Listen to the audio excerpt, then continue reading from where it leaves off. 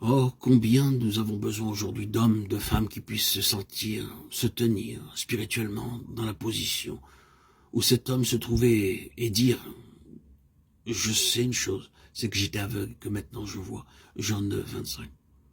C'est une grande chose d'être là. Combien je vois, je ne sais pas. Mais je sais sûrement une chose, je vois. Ce qui n'était pas le cas avant. Il y a l'impact, l'enregistrement de cette réelle expérience.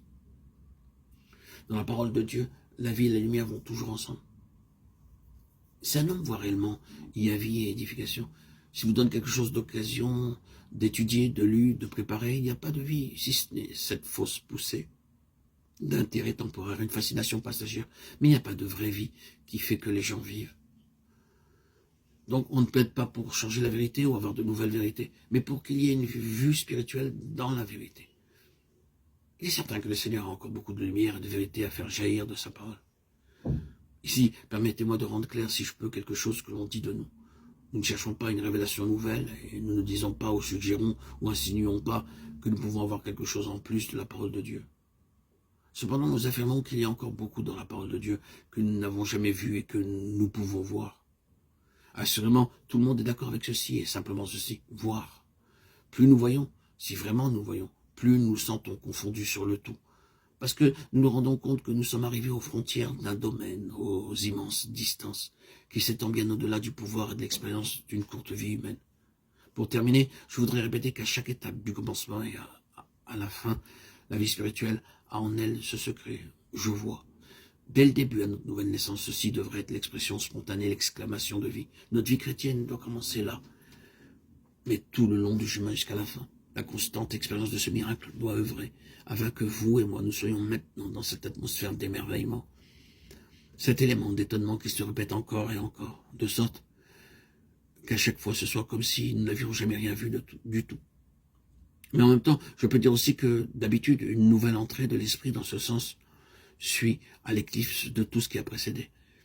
Il semble que le Seigneur doive le rendre nécessaire afin que nous venions à la place où nous écrions, à moins que le Seigneur montre, à moins que le Seigneur révèle, à moins que le Seigneur fasse une chose nouvelle. Tout ce qui a été auparavant est comme rien. Par conséquent, il nous amène dans une place sombre, un temps sombre. Nous sentons que ce qui a été auparavant a perdu le pouvoir qu'il avait de nous rendre optimistes, triomphants. C'est la façon qu'a le Seigneur de nous garder avançants. S'il nous était permis d'être parfaitement satisfaits que nous avons obtenu à quelques étapes et de ne pas sentir la nécessité absolue de quelque chose que nous n'avons jamais eu, avancerions-nous? Non, bien sûr. Pour nous maintenir avançant, le Seigneur doit provoquer ces expériences où il nous est totalement nécessaire de le voir et de le connaître d'une manière nouvelle. Cela doit être ainsi tout le long du chemin jusqu'à la fin. Ce peut être une série de crises, voyant et voyant encore et encore et encore, à mesure que le Seigneur ouvre nos yeux. Et nous pourrons dire, comme jamais auparavant, je vois. Ainsi, ce n'est pas notre étude, notre savoir, notre connaissance de livre, mais un esprit de sagesse et de révélation dans sa connaissance, les yeux de notre cœur étant éclairés. C'est le fait de voir qui apporte la note d'autorité si nécessaire.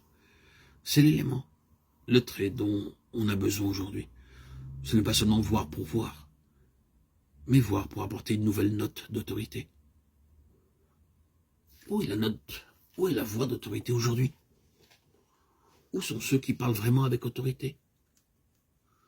Nous languissons terriblement dans chaque sphère de la vie et par manque de cette voix d'autorité.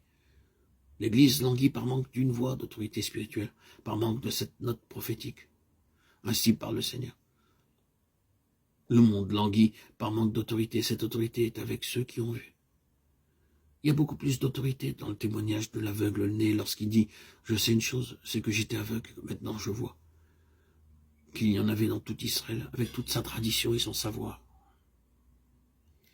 Ne serait-ce pas ceux qui, dans le Seigneur Jésus, donnaient un tel poids à ses paroles, car il enseignait comme ayant autorité, et non pas comme leurs scribes.